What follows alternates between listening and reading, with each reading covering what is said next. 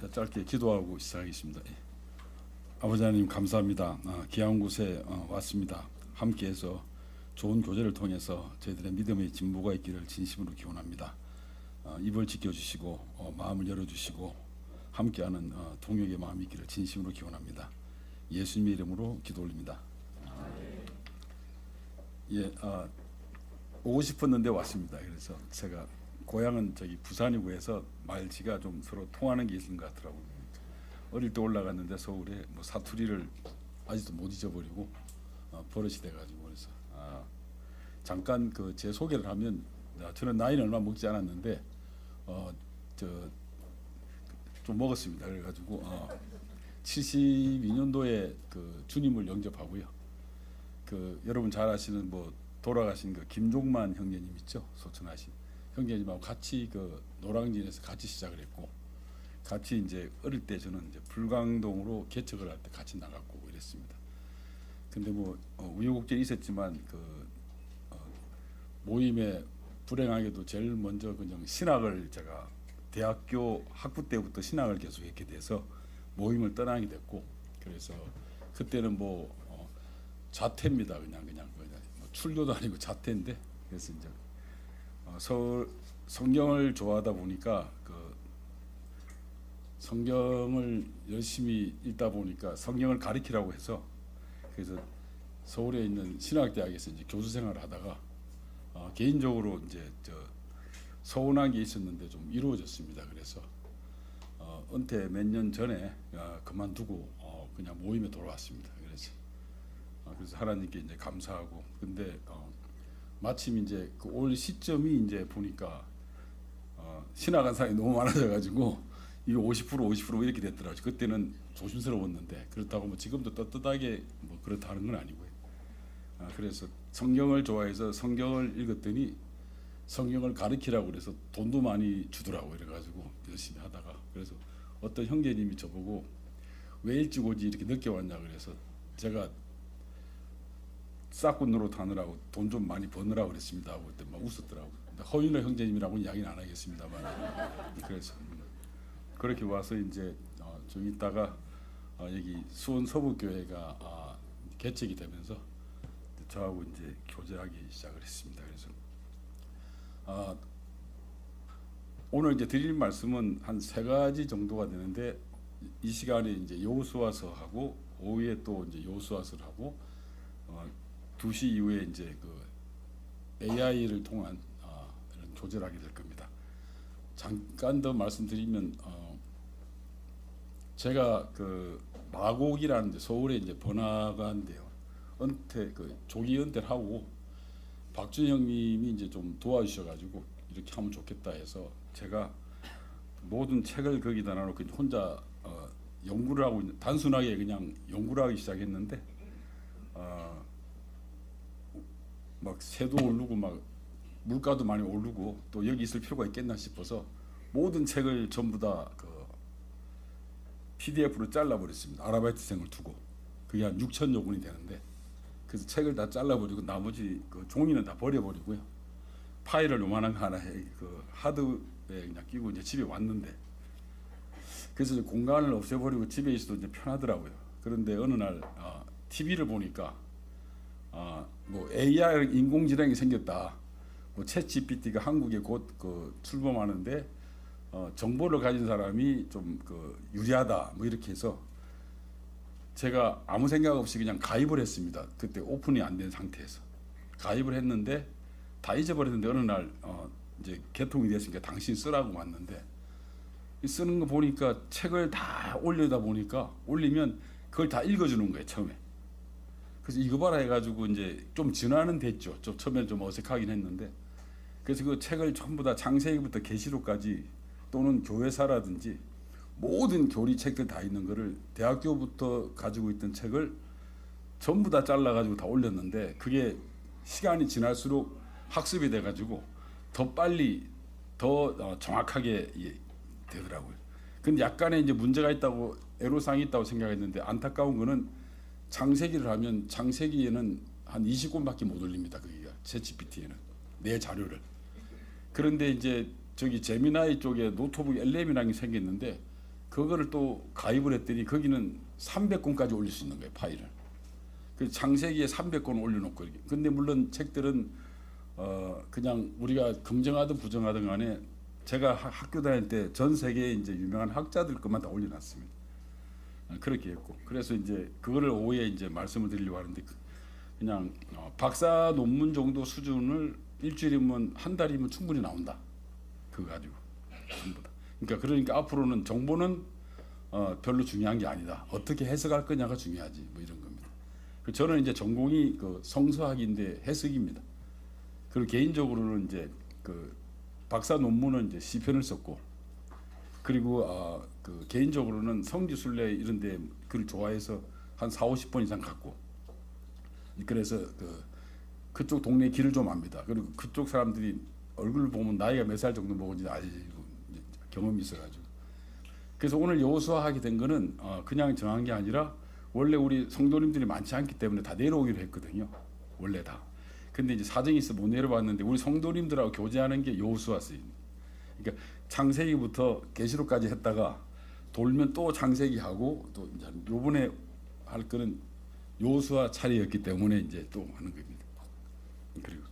그리고 좀 따분할 수도 있겠지만 제 얼굴만 보면 따분하지 않을 거니까 그냥 얼굴을 많이 보십시오. 그냥 그래서 하여튼 좋은 시간이 되길 바라고요. 오늘 그 여호수아서를 말씀을 드리는데 짧게 먼저 말씀드리면, 성경에는 원래 인물들이 다 나옵니다. 근데 오경은 이제 인물들이 안 나오고, 그래서 우리는 이제 흔히들 모세 오경이라고 하지 않습니까? 근데 정식으로 이름이 등장하는 거는 여호수아부터 등장하는 겁니다. 여호수아부터. 그 곳곳에 다 이제 이름이 있는데, 이름이 있는 이유가 뭐냐면, 첫째, 그 사람의 권위가 대단했다는 걸 알려주는 겁니다. 그렇기 때문에 저분이 떴네 이러면 있죠. 우리가 그냥 한번 이렇게 아주 유명한 분이 앞에 나타나면 고개부터 숙이잖아, 그죠? 그런 그 스타일. 여호수아가 가장 등장하는 거예요. 창세기에서는 하나님이 주로 활동을 하셨고, 그 이후에는 이제 출애굽부터는 모세라는 인물이, 걸출한 인물이 활동을 했잖아요. 그 모세 이름이 하다가 이 여호수아에 딱 대두되는데, 여호수아는 시세말로 하면 여기도 일본말 많이 쓰죠. 아직까지 가방 못 지었습니다. 모세의 가방 들어주는 사람. 근데 모세를 가방 들어주다가 어느 날 갑자기 모세가 돌아가시고 나니까 그 다음에 이제 여호수아가 등극하는데, 여호수아의 카리스마를 어디서 얹을 수 있냐면 여리고성을 함락한 게 나타납니다. 여리고성을 함락하고 나니까 무슨 말이냐면 그 뒤에 이 이후부터 여호수아 이름이 온 세상에 퍼졌다는 말. 그래서 이 여호와 하나님과 이 모세와 여호수아로 연결이 되거든요. 근데 여호수아서에는 아주 중요한 게 있습니다. 뭐냐면 여러분 다 아시겠지만 유대인들이 가장 가지고 싶어하는 게 땅이었습니다. 지금도 이 네탄야후가 저렇게 하는 거는 여호수아 같은 그런 자기네 DNA를 갖고 있는 겁니다. 땅 맨날 땅 이야기만 하는 거예요. 왜냐하면 워낙 조그매 그 땅이. 그리고 땅에 한이 맺혔다. 이 북쪽에 이 바벨론이라는 메소포타미아라는 문명이 있고, 밑에 이 나일 문명이 있지 않습니까? 요 사이에 가운데 껴서 이 고래 싸움에 이 새우가 덩이 터지는 거예요. 그 여기서 쳐들어오면, 내려오면 밑으로 애굽을 쳐들어오면 그냥 서쳐 지나가는 게 어디로 서쳐 지나가냐면 이스라엘을 스쳐갑니다. 밑에서 또 쳐들어간다면 또 올라가려면 이 이스라엘을 쳐들어가는 거예요. 그 길목이 바로 어디냐면, 가장 중요한 길목이 어디냐면 바로 무깃도입니다. 그래서 무깃도라는 말이 히브리어인데 그 앞에 하르라고 붙으면 산이란 뜻인데요. 무깃도 산이란 뜻인데, 그거를 헬라어로 하면 아마겟돈입니다. 그래서 우리로 말하면 대전쯤 됩니다. 교통의 요지입니다. 올라가고 내려오고 하는 다 거쳐가요. 그래서 그 사람들은 무조건 무깃도 하면, 요시아도 죽었고 거기서 하니까 무깃도 하면 아주 지긋지긋하게 전쟁 나는 곳이라고 생각하는 거예요. 전쟁 나는 거예요. 그래서 우리는 지금 뭐 여기 보면 안동하면 딱 떠오르는 게, 제가 고등어를 좋아하기 때문에 안동하면 고등어 떠오르고, 그죠? 그리고 뭐 안성하면 뭐 안성 제기 맞춤 있지 않습니까? 이런 게 동네마다 의미하는 게 있듯이 이 무깃도는 항상 그런 뜻이 가지고 있습니다. 그래서 이렇게 하다 보니까 이스라엘은 또 희한한 게 위쪽에는 문명 발생지고 밑에도 발생지니까 강이 있었어요. 나일강과 메소포타미아 있는데 이 강림도 없고 뭐 아주 못 사는 곳이었습니다. 척박한 땅이었어요. 그래서 아브라함이 쏙 들어가고 애굽으로 들어갔다가 그리고 쏙 나오죠. 그 다음에 이제 야곱의 일가가 들어가지 않습니까? 먹고 살기 위해서 들어가는 거죠. 그만큼 이제 척박했다는 거예요. 그래서 이 사람들은 한이 뭐냐면 땅을 가지는 거예요. 그런데 아니나 다를까 하나님께서 아브라함부터 많은 그 족장들에게 땅을 주겠다고 약속을 하잖아요. 근데 땅을 보지도 못하고 다 죽지 않습니까? 근데 그 땅을 누가 가지게 되냐면 여호수아 때 가지게 되는 거예요. 그래서 이 약속과 성취라는 게 이스라엘 사람들한테는 항상 첫 번째 약속이 뭐냐면 땅을 주겠다는 약속. 두 번째는 땅이 성취된 게 이제 여호수아 때 이루어집니다. 그래서 이스라엘 사람들은 항상 이 성경을 볼 때마다 구약을 볼 때마다 하나님이 아브라함한테 땅 이야기했지. 그 다음에 여호수아 시대 때 이루어졌지. 근데 그 땅을 또 잃게 되는 거예요. 그 땅을 언제 잃냐면 왜냐하면 이제 여호수아 때 지금 이제 내용을 복잡하게 이야기해 두 가지 겸임하겠는데요. 그 여호수아는 여러분들이 계속 땅을 차지한 이야기가 있는데 여호수아의 두 가지 언약이 나옵니다. 뭐냐하면 에발산과 그리심산이라고 있습니다. 거기서 이제 우리로 말하면 하나님이 그 아브라함한테 약속을 하지 않습니까? 약속을 해가지고 여호수아서 때 이루어졌어요. 근데 이 여호수아서에 두 가지의 언약이 나옵니다. 여러분들은 그냥 서측할 수 있지만 그리심산과 에발산이라고 있는데 북쪽에 거기서 한 번의 언약이 이루어지고 그 다음에 세겜이라는 곳에서 또 언약이 한 번 이루어집니다. 우리말로 하면 결혼식 한 번 했는데 언혼식 한 번 더 하고 그 다음에 뭐 금혼식 하는 식입니다. 다시 한번 그럼 우리는 정말 사랑하는 사이니까 앞으로 남은 여생을 잘 살자. 야 우리가 50년 됐네. 금혼식이니까 또 한 번 더 사랑하면서 살자 보자고 이렇게 하는 그런 식으로 이 에발산과 그리심산에서 약속을 합니다. 뭘 하냐면 하나님을 잘 섬기자고. 그 다음에 세겜에 와서도 약속을 또 한 번에 진짜 하나님을 잘 섬겨야 되겠다고 하는. 근데 이 사람들이 약속을 이제 해서 언약을 했는데 땅을 차지했는데 이 사람들이 하나님께 순종하겠다고 약속을 해놓고선 들어와 가지고는 다 잊어버리는 거예요. 우리 아들, 딸도 어릴 때도 보면 아버지하고 부를 때는 항상 모자랄 때 부르고 지가 잘 되고 나면 찾질 않잖아요. 그러니까 그게 똑같아요. 지가 힘들 때는 아까 어떤 형제님이 기도할 때 시편을 인용하면서 힘들고 어렵다고 하는 세상살이 이야기하는데 그게 이제 사실 솔직한 고백이죠. 그렇게 힘들 때는 하나님 엄청 찾는데 여기서 여러분은 안 그러시겠지만 복권에 당첨되고 하면 아마 주일날 좀 미안합니다 주님 바빠서 좀 이러고 나올 수도 있다는 거예요. 잘 나가고 있을 때는 항상 찾질 않아요. 힘들 때 찾는데 그래서 이 사람들이 이제 가나안에 들어가고 나니까 얼마나 좋겠어요. 거기는 뭐 없는 거 없이 이제 여러분 젖과 꿀이 흐른다는 말이 무슨 말인지 아십니까? 젖을 뭐리 하냐면 그 목축이 되는 거고 꿀이 흐른다는 거는 그 대추 야자 열매가 꿀입니다. 그거는 이제 야생이 아니라 직접 이제 끈적끈적한 거 있죠. 물에 들면 끈적끈적한 단 게 있는데 그래서 젖과 꿀이 흐른다는 거는 유일하게 지구상에 목축과 농경이 병합된 곳입니다. 그래서 그게 젖과 꿀이 흐른다는 뜻입니다. 그러니까 아주 환상적이죠 이스라엘 사람들한테는. 그런데 거기에서 우상을 숭배하고 이러니까 자기네들이 여호수아 때 약속했던 그 하나님 잘 섬기겠다는 이 땅 줬으니까 이제 뭐 자식이 아버지한테 유산 받을 때는 정말 좋아하지요. 받고 난 뒤에는 받고 뭐 잘하는 사람도 있겠지만 죽기 전까지 절대로 재산을 물려주지 마라. 뭐 요새 우리 동기들도 막 그런 이야기 하는데 물려주고 나니까 안쳐도 안 하는 거예요. 그 땅을 차지하고 나니까 그 다음부터는 또 우상을 섬기기 시작하고 막 이러는 거예요. 자, 그래서 이제 어떻게 되냐면 땅을 잃게 되는 거예요. 그래서 이스라엘은 땅을 잃게 돼요. 수시로 땅을 잃으니까 그 다음부터 엄청나게 고생하죠. 아수르한테 북쪽이 멸망하고 남쪽이 이제 바벨론한테 멸망하고 난 뒤에 거의 2000년 동안 이 사람들이 땅을 못 차지합니다.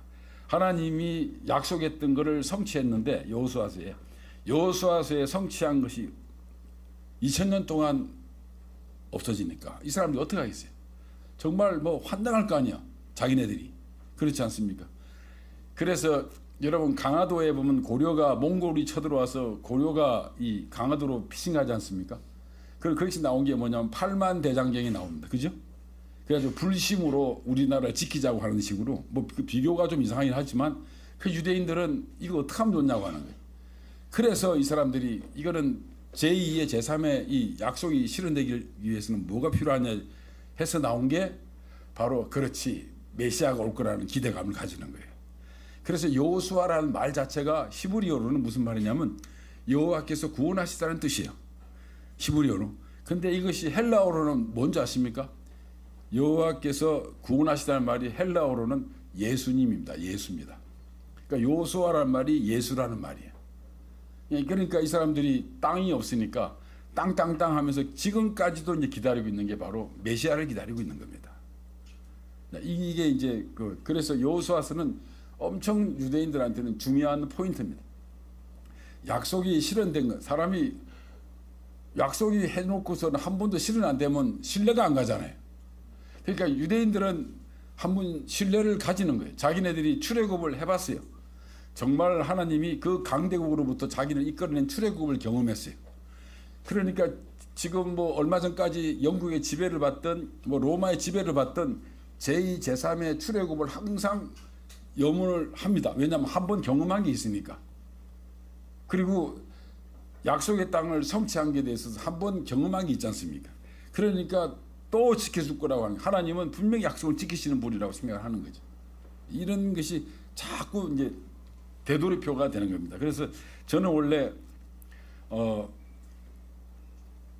논리적이지 못해서 설교할 때마다 학교에 있을 때 항상 이 설교를 하면 젊었을 때 저 다른 데로 가더라고요. 삼천포로 빠지고 이래가지고. 그래서 제가 이렇게 원고를 항상 만들게 됐어요. 한 40살부터. 그래서 원고를 다 제가 건넨 걸 알고 있는데, 그래서 이 여호수아라는 말 자체는 하나님은 구원이시다. 히브리어로. 그래서 이제 본론에 짧게 들어가면 그렇습니다. 그리고 이 내용은 뭐냐면 그냥 하나님이 약속을 지키시는 분이라는 게 우리한테 보여주는 거예요. 그리고 우리한테 묻습니다. 마지막에.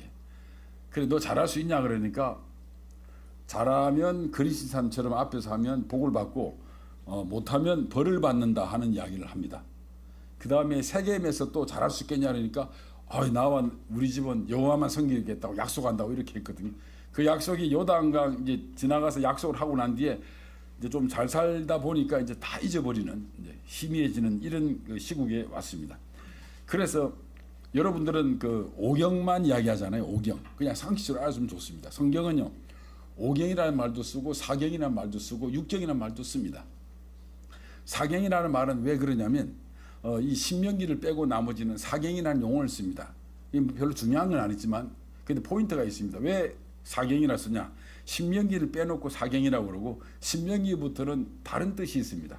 뭐냐면 신명기에는 하나님을 믿으면 하나님이 순종하면 복을 받고 불순종하면 벌을 받는다는 그 사상이 어디까지 뻗어지냐면 신약까지 옵니다. 그래서 그 사상이 너무 중요한 사상이기 때문에 사경까지 보고 오경은 이 빼고 신명기는 그런 사상을 포인트로 잡아야 된다. 그 순종하면 복을 받은 거, 불순종하면 벌을 받은 게 어디 나오냐면 신명기에 나오고 그 다음부터 이어서 계속 여호수아에 나오고 뭐 열왕기까지 나오는 거죠. 그런 사상이 있다는 거죠. 그런데 또 어떤 사람은 육경을 보자는 거예요. 뭐냐면 창세기 때 아브라함으로부터 약속했던 것이 여호수아한테 실현이 됐기 때문에 약속과 성취라는 큰 드라마가 나오지 않냐. 그 사실이. 그러니 그거의 한 묶음으로 봐야 되니까 육경으로 보자는 사람도 있어요. 지금 내가 어마어마한 이야기를 했는데 아주 짧게 이야기했는데 여러분들은 전혀 감동이 없으시고 그냥 이렇게 하니까 저는 할 말은 없습니다만 하여튼 그렇게 오경을 볼 겸 포인트와 고전적으로 사경으로 보는 경우가 있고 육경으로 보는 경우가 있습니다. 그래서 이 약속과 성취라는 개념에서는 육경을 아주 봐야 된다고 이야기하는 사람도 있어요. 이런 경우가 있습니다. 그렇게 뭐 중요한 건 아닙니다만 그래서 사람들은 이제 여호수아가 여리고 함락한 것을 이제 대단히 그 위대한 걸로 생각하는데 맞습니다. 그렇지만 사실은 그것도 그거지만 중요하지만 핵심은 바로 이제 말씀드린 것처럼 잘 모르더라고 뒤에 그 세겜하고 에발산 거리시단에서 언약을 맺은 거 이게 아주 중요합니다. 이제 이렇게 다 왔다. 이제 어떻게 할 거냐 했더니 이제 그럼 이제부터 하면 잘하겠습니다 하는 그 다짐하는 거 있잖아요. 그 다짐해놓고 마치 은혼식, 금혼식 하고 그 다음날 이혼하는 것 같습니다. 이제 우리가 뭐 40년, 30년 됐다, 50년 됐다 해놓고 그 다음 날 그냥 금혼식하고 그 다음에 이혼하는 사람 없을 거 아닙니까, 그죠? 근데 그런 이게 그래서 아주 문제가 있는데 그 성경에는 약속과 성취라는 주제로 보면 성경은요 참 그 위대한 것이 놀라운 것이 하나의 주제를 가지고 봐도 다 보입니다. 슬픔이라는 거로 봐도 보이고요, 고난으로 봐도 보이고, 약속과 성취로도 보여요. 그래서 제가 자료를 다 드렸기 때문에 여기 계속 써놨거든요. 그 창세기부터 있죠. 계시록까지 약속과 성취가 다 나옵니다. 한 번도 성취 안 된 게 없죠. 그리고 우리한테 다. 그래서 이거는 뭘 이야기하냐면 하나님은 신실하신 분이다, 믿을 만하다 하는 거죠. 아버지가 맨날 뻥을 쳐보시죠, 자식한테. 뭐 해주겠다, 뭐 해주겠다. 한 번도 안 지켜요.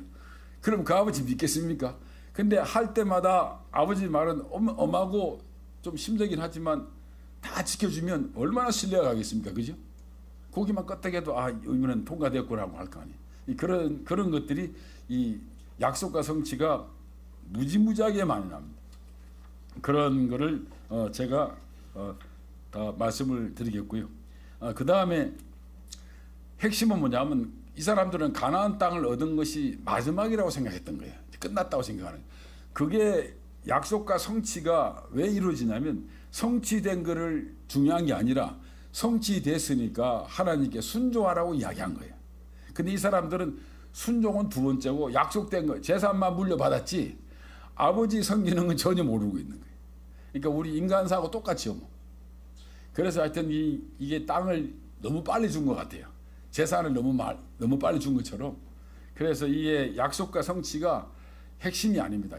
이 여호수아서는 일반적으로 학계에서나 누구든지 약속과 성취가 됐다 하지만 실상은 그 핵심은 순종하는 뜻입니다. 근데 이제 여기서 안타까운 건 뭐냐면 뭐 굳이 말할 필요는 없을 수도 있지만 모든 게 이 창세기도 그렇고 이 출애굽기도 그렇고 이 민수기도 그렇고 이런 것들이 원래는 히브리어로 진행이 됐는데 이것이 그 70년대로 그 헬라어 구약 성경이라고 들어보셨죠? 그 구약 성경의 용어를 많이 따가지고 약간 어색함이 있습니다. 왜냐하면 그 민수기 같은 경우에는 인구조사가 핵심일 수도 있지만 그게 아니라 이게 히브리어로는 무슨 말이냐면 광야에서라는 말입니다. 그냥 너네들 광야에서 이렇게 고생했지 하는 말이에요. 광야에서 어떻게 살아야 될 것인지 이런 말인데 이게 이제 그 헬라어로 이제 민수기로 이제 번역이 돼 버려 가지고 인구조사가 이제 강점이 되는데 그런 거라든지 그 다음에 신명기 같은 경우에도 이것은 말씀이란 뜻이에요. 그러니까 그런데 이제 이 신명기는 이게 막 이중적인 이런 의미로 더블 메시지로 생각을 하는 그런 사람도 있는데 이 여호수아 때 와가지고는 이제 확실하게 구분이 된 거예요. 예, 여호와는 구원하신다 하는 거죠. 그 말이. 그래서 이게 앞에 두세 가지는 상당히 그 혼합적인 요소가 있습니다. 그래서 아가서 같은 경우에도 뭐 노래 중에 노래라고 이제 번역이 되는데 그게 아니라 그냥 아가서는 정말 최고의 노래란 뭐 다른 뜻이 있거든 히브리어를. 그러니까 전부 다 그런 게 좀 안타깝긴 한데 여호수아서부터 제자리를 잡았습니다. 이게 여호와는 구원자시다 이런 말들이 있는데 그래서 자세하게 말씀을 드릴 수 있는 게 약속과 성취가 중요한 게 아니라 앞으로 너 어떻게 할래? 순종할래? 안 할래? 있지. 순종하겠지. 그러니까 그럼요. 순종하죠. 주기만 하세요. 순종합니다 하는 거지. 너무 물려만 주시죠. 재산을 그냥 내가 틀림없이 뭐 이런 요새는 소송도 걸린 데도 있대요. 재산을 물려줬는데 자식이 원래 말하던 안 지켰다고 소송 걸어가지고 재산 도로 찾는 경우도 있습니다. 무서운 세상이지, 그죠? 이거 하나님 근데 찾진 않았습니다. 하나님 한 번도 내가 줬지 않냐 돌려놔라 한 적은 없습니다. 그냥 막 이제 슬퍼하시고 이랬지. 그런 이야기들이 있습니다. 그래서 보면 이제 그 세겜이라는 곳이 아주 언약이 되게 중요한데요. 한번 볼까요? 거기가 여기 찾아보는 게 좋을 것 같습니다.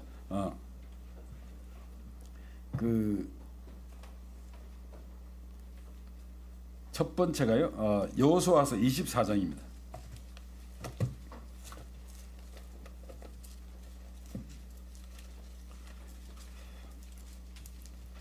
마지막 장이죠. 5절부터 7절입니다. 5절 제가 읽겠습니다. 24장이요. 24장 5절부터 7절. 내가 모세와 아론을 보내었고 또 애굽에 재앙을 내린다니 곧 내가 그들 가운데 행한 것 같고 그 후에 너희를 인도하여 내었노라. 내가 너희 조상들을 애굽에서 인도하여 내어 바다에 이르게 한 적 홍해입니다. 애굽 사람들이 병차와 마병을 거느리고 너희 조상들을 홍해까지 쫓아오므로 너희 조상들이 여호와께 부르짖기로 내가 너희와 애굽 사람들 사이에서 흑암을 두어 바다를 이끌어 그들을 덮어나니 내가 애굽에서 행한 일을 너희의 눈이 보았으며 또 내가 너희가 많은 날을 광야에서 이제 거주하였고 내가 또 너희를 인도하여 요단 저쪽에 거주하는 아모리 족속의 땅으로 들어가게 하매 그들이 너희와 싸우기로 내가 그들을 너희 손에 넘겨주매 너희가 그 땅을 점령하였고 나는 그들이 쭉 나오는 거예요. 이렇게 해서 내가 누구냐? 너희를 출애굽시켜주지 않았냐? 그리고 홍해를 건너게 했고 구원까지 해주지 않았느냐?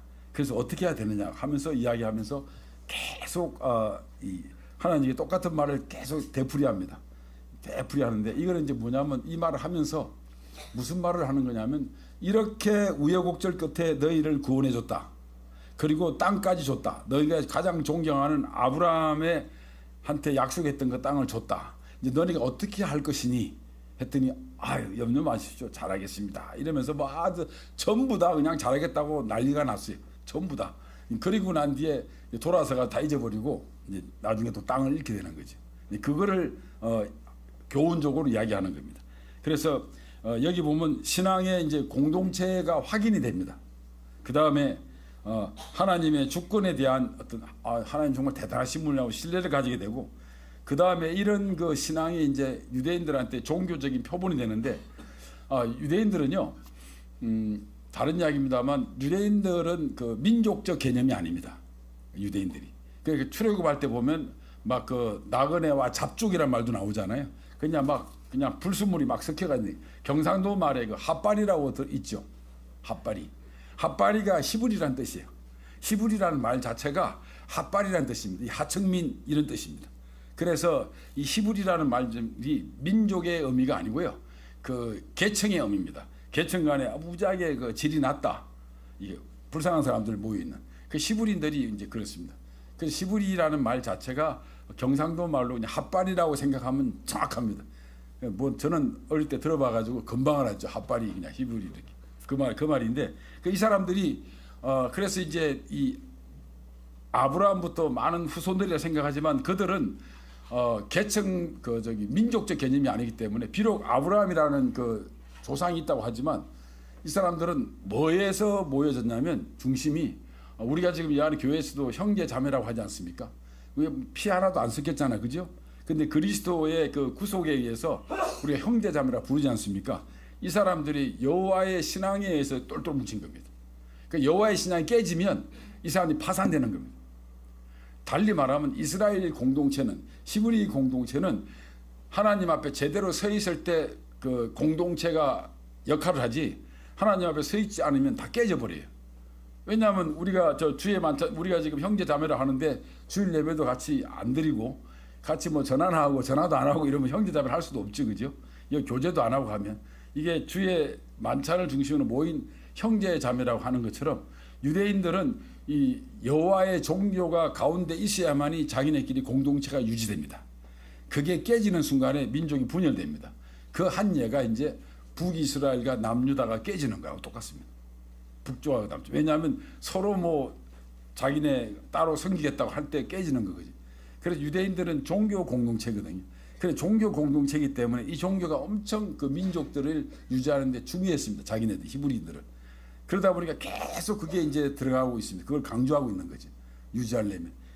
그리고 모든 표본이 아까 어떤 형제님이 이제 말씀하신 안식일을 정확하게 말씀을 하시는데 제가 출애굽기를 인용하면서 이 안식일도 마찬가지예요. 안식일이 어떤 뜻이냐면 카세트 테이프 옛날에 있었죠. 그 자동이. 카세트 테이프 보면 스탑이라는 게 멈추는 끝내는 게 있는가 하면 포즈라고 있죠. 일시정지. 그 일시정지입니다. 이렇게 쭉 가다가 탁 멈추는 거예요. 그리고 또 가로 이렇게 보면 이게 일시정지. 이게 안식일입니다. 그 사바트라는 말이 가다가 멈추는 건데 그때는 모든 걸 멈춥니다. 그 여담이지만 모든 게 멈추는데 유대인들의 안식일날을 가보면 여러분 그 말이 좀 빗나가긴 하지만 온 김에 다 이해해주고 싶으니까 이게 참 복잡하네, 그지? 나무를 안식일 날 나무를 캐지 말아 가잖아요. 나무. 그 광야에 가 이스라엘에 가보시면요, 나무 캐기가 힘들어요. 나무가 없어요. 지금은 이제 뭐 이 물 뿌리고 해가지고 인공으로 만들었지만, 그래서 나무 캐는 일이, 나무를 해오는 일이 엄청 어려운 일이었어요. 몇 시간씩 고생을 했어야 돼요, 광야에서. 그래서 안식일 전에는 2배를 나무를 했어야 됩니다. 왜냐하면 안식일 날 불을 피지 말라고 그랬잖아요. 불을 피려면 나무가 있어야 되잖아요. 그러니까 불을 피지 말라는 이야기는 나무를 캐지 말라는 소리와 같은 거예요. 나무 캐는 일이 가장 중요한 노동이었어요. 그래서 안식일 날에는 불을 켜면 안 돼요. 지금도요, 안식일 날 가면 보일러도 자동으로 돌아갑니다. 그리고 엘리베이터도요, 1층 그냥 아무도 없어요. 1층 쓰고 2층 쓰고 3층 쓸 사람은 쓰고 말 사람 말을 하는 거예요. 가다가 막 써요, 그냥 혼자. 그러니까 답답하지. 한 6, 7층 되면 계속 다 열었다 닫혔다 지가 다 해요.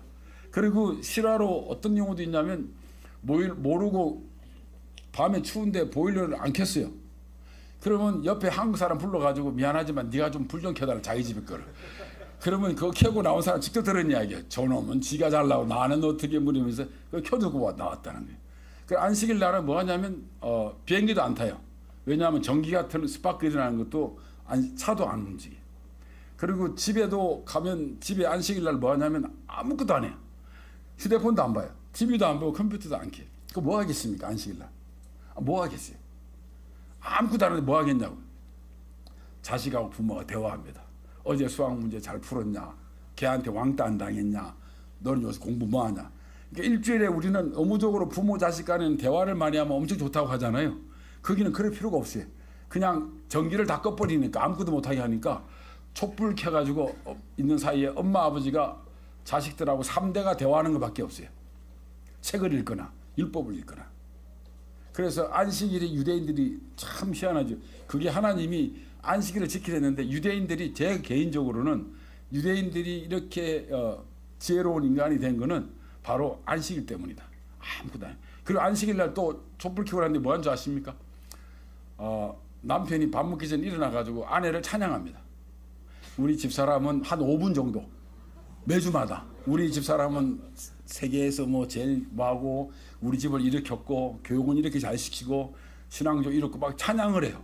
그러면 남편이 그거 듣고 그 다음날 마누라를 못 때릴 거 아니야. 자식들이 보고 뭐라 해요? 우리 엄마가 최고라 할 거 아니야. 하루 종일 일주일에 한 번씩 여자가 남편이 아내를 찬양합니다. 찬양을 해.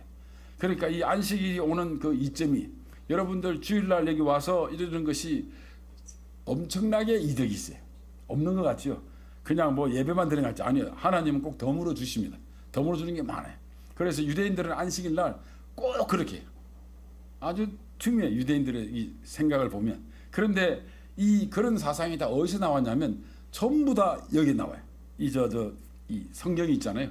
오경 중심으로 또 이 여호수아에서 약속을 지켜준다는 그 신념이 있기 때문에 이 사람들은 하나님에 대한 그 믿음이 절대로 놓지 않습니다. 한 번 경험했어요. 그래서 다른 나라에 점령당해도 출애굽을 생각하고, 그리고 또 한 번 자기네들이 돌아갈 거, 땅을 차지할 거란 약속이 있죠. 그걸 아주 굳게 지키고 있어요. 여러분 생각을 해보십시오. 밖에 나가가지고 돌아갈 데가 없다고 생각하면 얼마나 사람이 비참하겠습니까? 그죠? 뭐 제가 이런 말 자주 쓰는데, 학생들하고 성지순례 가면 우리 애들은 항상 이야기하는 게 뭐 하고 싶냐면 집에 가서 빨리 가서 감자탕 먹고 싶다, 뭐 이 김치찌개 먹고 싶다, 이런 게 돌아갈 때가 있기 때문에 막 이집트 같은 데서 막 자전거 타고 다닐 때도 있죠. 자전거 순례도 갔다 왔거든요. 자전거 타고 왔는데 힘들어도 항상 그 이야기, 돌아갈 때가 있는 거예요. 유대인들은 이 하나님께서 땅을 줄 거라고, 우리가 제대로 순종만 하면 다시 땅을 줄 거라고 믿고 있습니다. 이 신앙을 가지고 있는. 이게 아주 중요하죠. 여호수아서는 이런 게 쫙 깔려 있습니다. 그런데 다시 말씀드리면 그냥 언약과 이 약속했는데 이 성취, 그것뿐만 아니라 그 뒤에 어떻게 살 것인가를 우리한테 묻고 있습니다. 어떻게 살? 그래서 히브리어로는 언약을 맺는다는 말이 뭐냐면요, 이 짐승을 자른다는 말이에요. 그래서 아브라함이 이제 짐승이 잘라가지고 그 가운데 왔다 갔다 하는 거거든요. 그래서 영어로 번역하면요, 언약을 깨다는 소리, 자르다는 소리예요. 직역을 하면. 근데 그만큼 언약을 안 지킬 경우에, 약속을 안 지킬 경우에 이렇게 죽는다는 뜻도 있습니다. 근데 한 번도 하나님이 죽이질 않았어요. 너 저거 하면 가만히 안 둔다 그래놓고 한 번도 죽인 적이 없잖아요. 너 저거. 그러니까 마치 그 집에서 어린아이한테 뭐 난로가 있는데 가운데 너 난로에 근처 가면 아빠한테 혼나 그랬는데 난로에 이제 뒤었어 아이가. 그러니까 그것 때문에 혼내야지, 그죠? 그거는 아버지가 아니지, 그죠? 얼른 뭐 119 해야지 병원 가지 않습니까? 이 성경에 보면 다 그래요. 하나님이 이렇게 하면 혼난다 해놓고 있죠. 혼을 안 내고 또 치유하는 방법을 주시고 하듯이 그래서 다 그래요. 이런 것들이 어디서 포인트가 되냐면 성취입니다. 이 땅을 약속한 게 지켰다. 이거를 지킨 것 때문에 유대인들은 아직까지도 하나님은 약속을 지키시는 분으로 출발을 하는 거예요. 약속을 지킨다. 특히 이 땅을 준 거.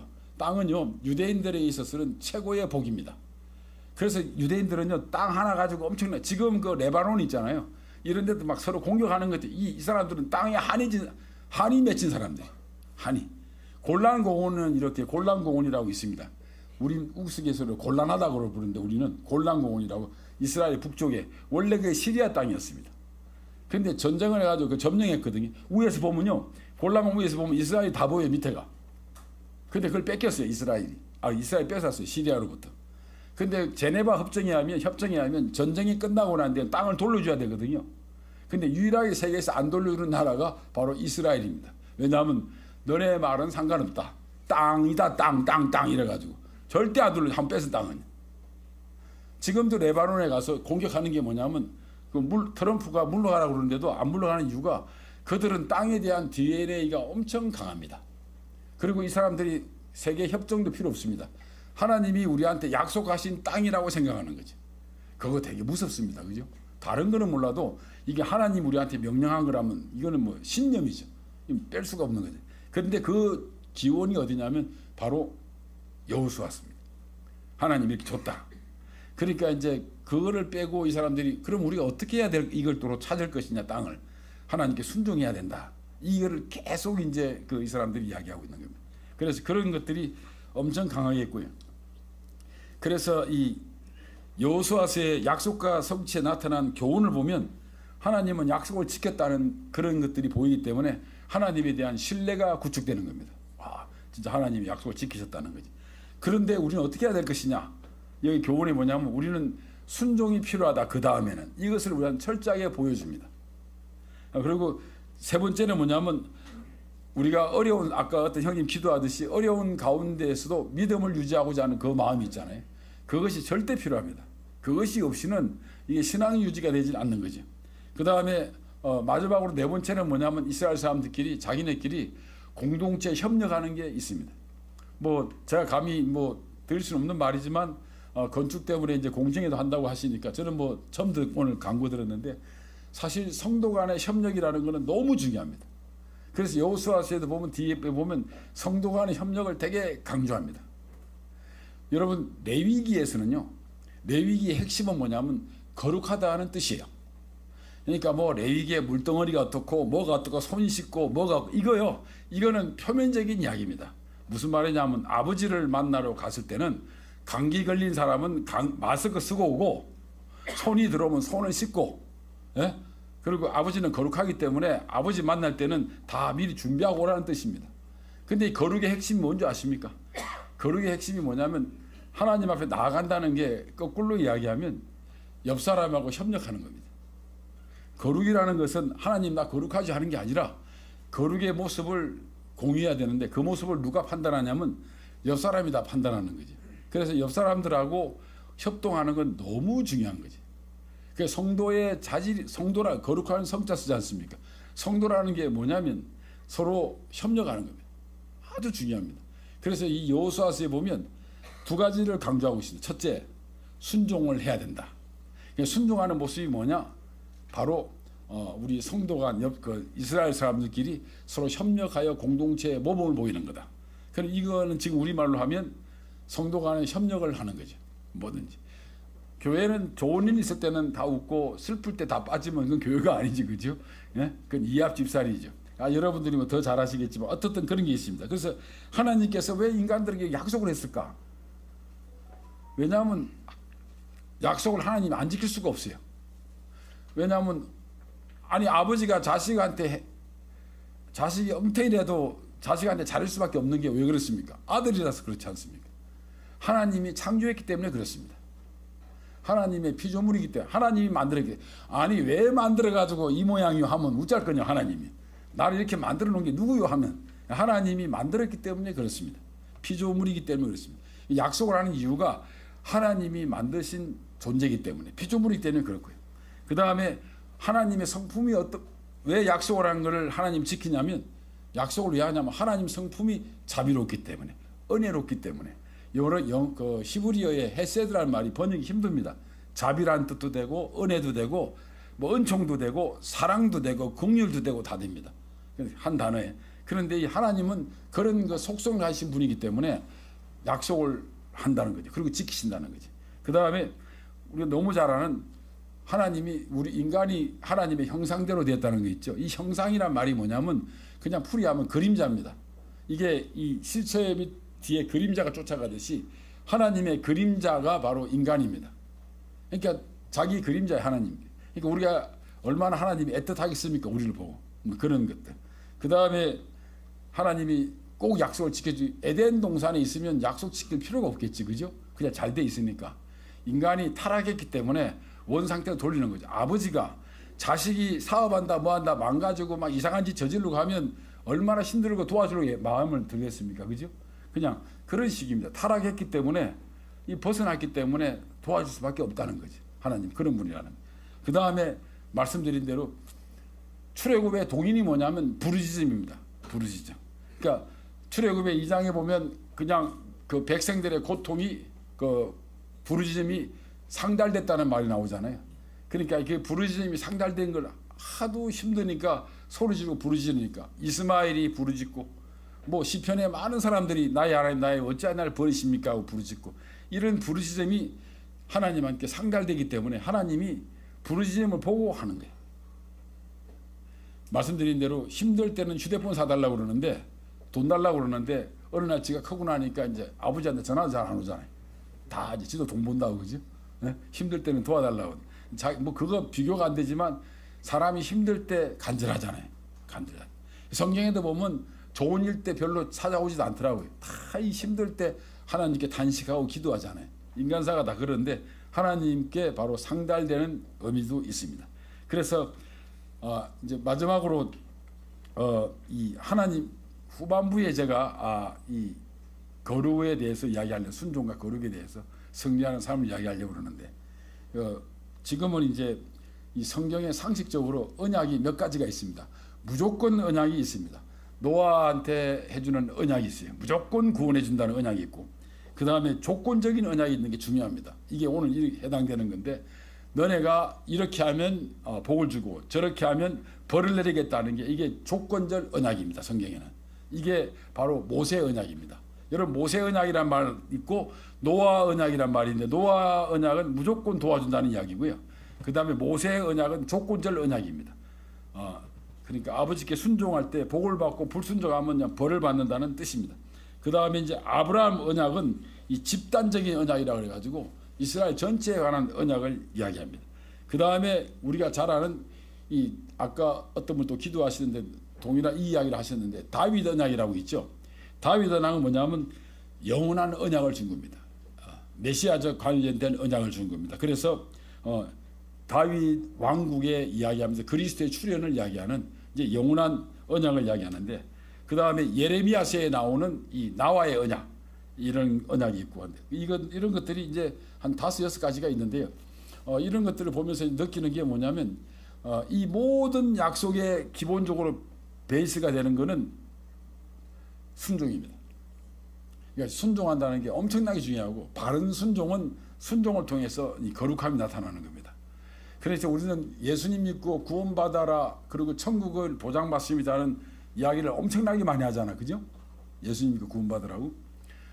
그런 거는 대단히 맞는 말이지만 차라리 어떻게 하냐면 하나님은 사랑이십니다 하는 그런 거는 그러면 하나님의 사랑인 걸 어떻게 아냐?